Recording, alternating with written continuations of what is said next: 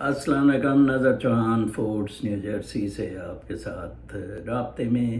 یہاں کوئی پچھلے مہینے ایک امریکی ناولسٹ نے بڑا خوبصورت ناول لکھا شوگر اسٹریٹ کے نام سے۔ جوناتھن ڈی بہت زبردست رائٹر ہے، ناولسٹ ہے، اخبار میں بھی لکھتا ہے۔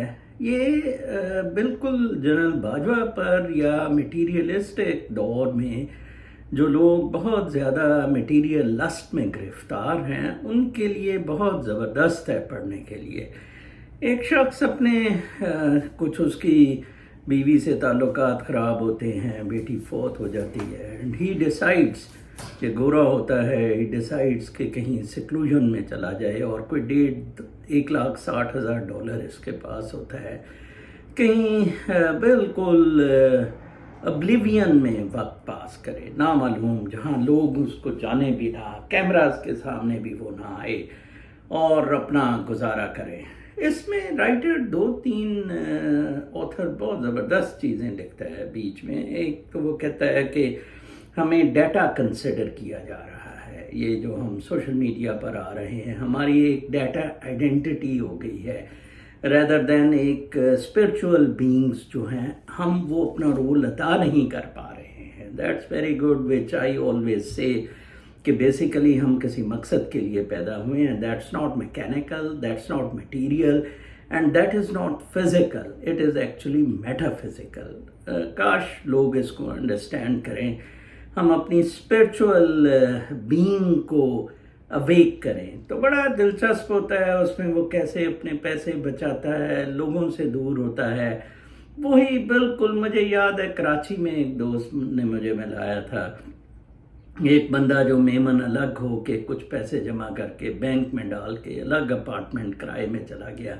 He never used to meet anyone with his books and seclusion میں سارا یہ اسکیپ کی ایک اسٹریٹجیز ہیں۔ آج میں ادھر ایک سینئرز کے اس میں انرولڈ ہوں تو میں دیکھ رہا تھا کہ انہوں نے آج کچھ ہالیڈے پیکیج دیے ہوئے تھے کچھ ہوٹلز کی طرف سے، گفٹ ہالیڈے ایکسپریس کی طرف سے۔ اس میں بڑے شیمپو اور بہت ساری چیزیں، زبردست گلوز اینڈ چیزیں رکھی ہوئی تھیں، وہ بیگ وہ دے رہے تھے۔ تو میں سوچ رہا تھا کہ دیکھیں ادھر ہم لوگ کتنا مطلب بڑے ایج میں جب بندہ بالکل تنہا ہو جاتا ہے اس میٹیریل ریس میں، جب بچے پڑ جاتے ہیں تو then state comes into look after. اور ادھر آپ دیکھیں اسٹیٹ اور اس بہت سارے ادارے کیسے لک آفٹر کر رہے ہیں۔ ادھر رضوان صاحب ہیں، وہ بالکل ہوا میں ہی ہے، نہ گھر کا کرایہ ہے، نہ اس کو کھانے کا پتہ ہے، نہ علاج معالجے کا پتہ ہے۔ یہ ملک ویسے ہی فری فار آل ہے۔ اب تو یہ ملٹری چیف کا کول کا بنی ہے، او ٹی ایس کا ہے، یہ جنرل ضیاء بھی او ٹی ایس کا تھا، آج تک ہی عثمانی کا لائیو ساری تقریریں دکھا گئی۔ اب پھر اسلام کا نعرہ بھیجا جائے گا۔ آپ دیکھ لینا جب بھی پاکستان میں فائنینشیل کرائسس ہوا ہے، پولیٹیکل اینڈ فائنینشیل کرائسس، اس کو اسلام کی مرم پٹی دی گئی ہے۔